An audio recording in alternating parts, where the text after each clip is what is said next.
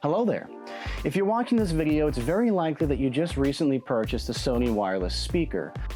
That amazing audio quality you're already experiencing can be improved even more with the Sony Music Center app. But when I got my old speaker and connected it to this app, I saw so many features. I have an EQ where I can adjust my mids, lows, and my highs, but if I don't feel like messing with all of that, I can just press Clear Audio Plus, and it automatically gives me Sony's recommended audio settings.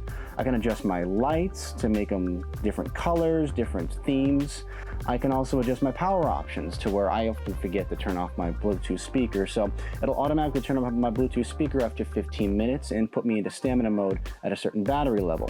Ooh, I can also group with other speakers. If I press this button here, I can stereo pair or party connect, which just means I can do left and right audio with 2 speakers or create a whole room of sound with a bunch of Sony Bluetooth speakers, which is amazing.